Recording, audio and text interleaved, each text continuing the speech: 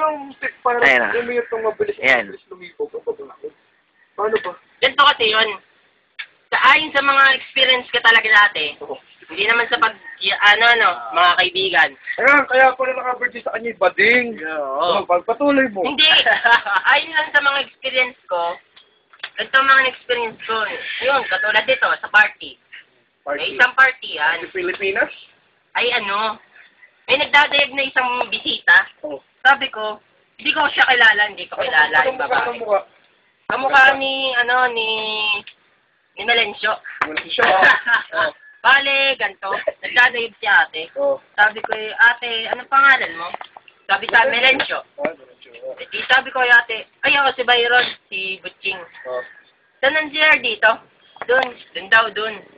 Tapos, ang sabi ko, ate, tulungan na kita. Tulungan na kita, ate.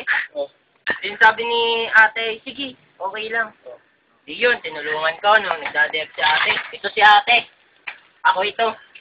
Nandito. Ipripanlapat yung kamay namin ganun. Nabigla ka? Nabigla ako.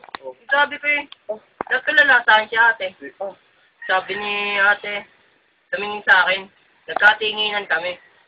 Siyempre, nasa isip ko, ay, alam ko na ang next move. Alam ko na, sabi kong ganun. E di, ginawa ko, titignan ko muna yung kamay kong ganun. Bigla akong ginanon, eh di nakaganyan, may hook. Siyempre, pagka ganun ko, sa puwet, yung puwet, pagka ganun kong ganun, biglang nasarapan siya ate. Paano? Ito yung puwet ng babae. Gaganon mo. Ganyan. Paano?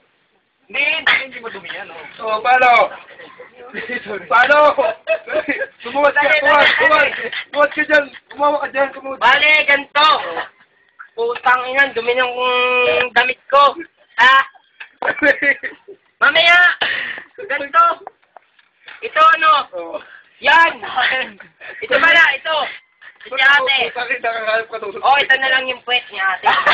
Ito. Bale, itong kamay ko. Dadayag siya, ginanon ko.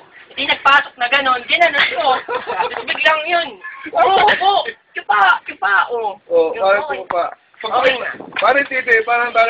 Yung titi, bale. Pakita mo. Pakita